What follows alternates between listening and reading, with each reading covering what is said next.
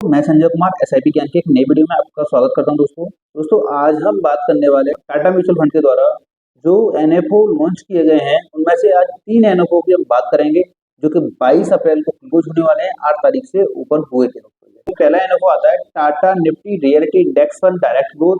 दूसरा एनएफओ आता है Tata Nifty auto index fund direct growth.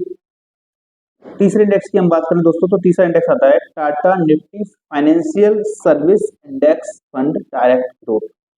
तीनों फंड के बारे में आज बात करने वाले दोस्तों। तो तीनों फंड के इंडेक्स की अगर बात करें तो पिछले 1-2 साल में इसके इंडेक्स ने क्या क्या रिटर्न हमें बना करके दिए हैं। सेक्टोरियल फंड रहेंगे तो क्या हमें इनमें पैसे लगाने चाहिए, आगे चल के हमारे पैसों में ग्रोथ मिल सकती है या नहीं मिल सकती। दोस्तों पहले एनएफओ की अगर हम बात करते हैं तो पहला एनएफओ आता है Tata Nifty reality index fund direct growth. दोस्तों सीधा सीधा दिख रहा है तो रियल एस्टेट से रिलेटेड ये इंडेक्स है जो कि टॉप 10 रियल एस्टेट की जो कंपनियां हैं उनसे मिलकर के ये पूरा इंडेक्स बना हुआ है। दोस्तों अगर इस इंडेक्स में हम बात करें तो टॉप 10 कंपनियों की तो ब्रिजल enterprises, Godrej property, DLF, Phoenix, mills, Oberoi realty, Sunteck reality,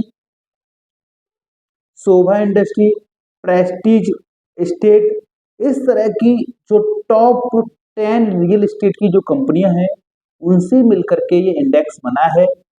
और दोस्तों हम बात करें तो पिछले 1 साल में तो बहुत ही जबरदस्त रिटर्न बना करके इस इंडेक्स ने पिछले 1 साल में दिए। दोस्तों अगर हम इस इंडेक्स के रिटर्न की बात करें तो पिछले 1 साल में इसने 126.52% के रिटर्न हमें बना करके दिए हैं जो कि बहुत ही जबरदस्त रिटर्न है पिछले 1 साल के रिटर्न की बात करें हम तो। और दोस्तों पिछले 3 साल के रिटर्न की बात करें तो 210.08% के रिटर्न में पिछले 3 साल में इस इंडेक्स ने बना करके दिए हैं। 5 साल के रिटर्न की बात करें तो 245.45% के टोटल रिटर्न हमें इस इंडेक्स ने पिछले 5 साल में बना करके दिए हैं।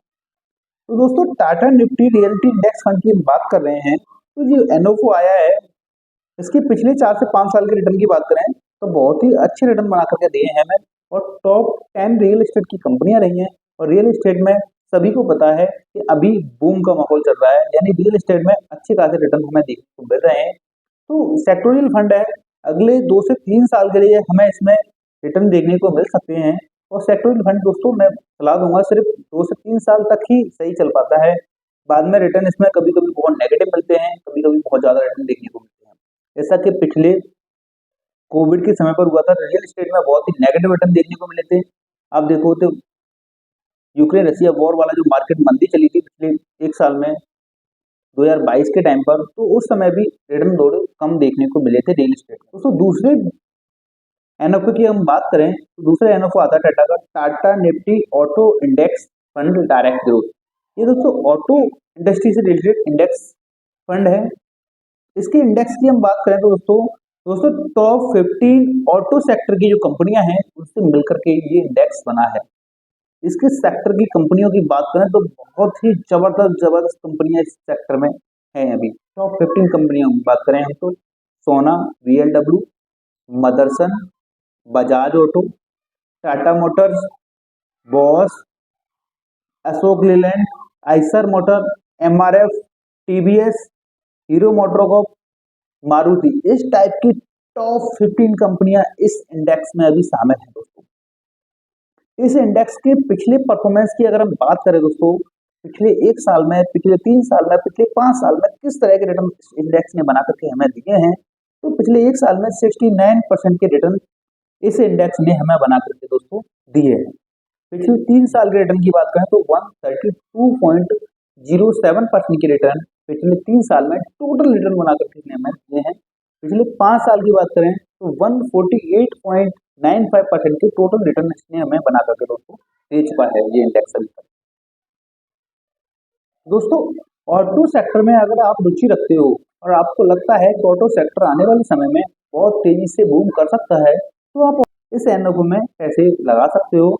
अंततः आपको लगता है कि ऑटो सेक्टर आगे चल के ज़्यादा तेजी से नहीं भागेगा तो आप अपने अनुसार दोस्तों सोच सकते हो।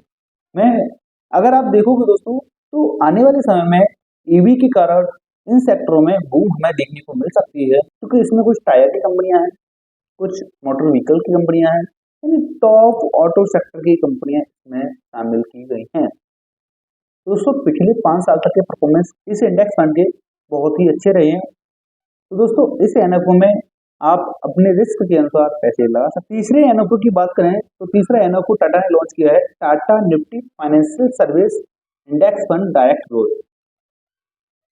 दोस्तों इस इंडेक्स की बात करें तो इसमें टॉप 20 फाइनेंशियल कंपनियां जो हैं वो इस इंडेक्स में शामिल हैं।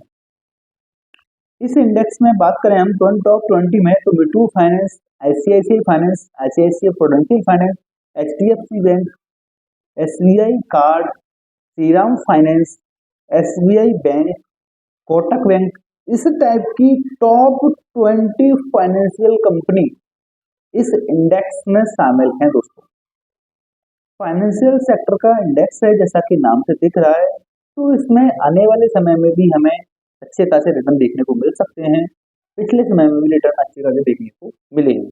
इसकी रिटर्न की अगर हम बात करें तो पिछले एक साल में इसने 15.08% की रिटर्न दिया है। पिछले 3 ईयर में 46.30% की रिटर्न इसने हमें दिया है। पिछले 5 साल में 72.24% के टोटल रिटर्न इसने हमें बना के दोस्तों दिए हैं। अगर आप बैंकिंग सेक्टर का कोई भी फंड ढूंढ रहे हो, किसी भी एनएफओ को ढूंढ रहे हो, तो ये एनएफओ आपके लिए बेहतर हो सकता है।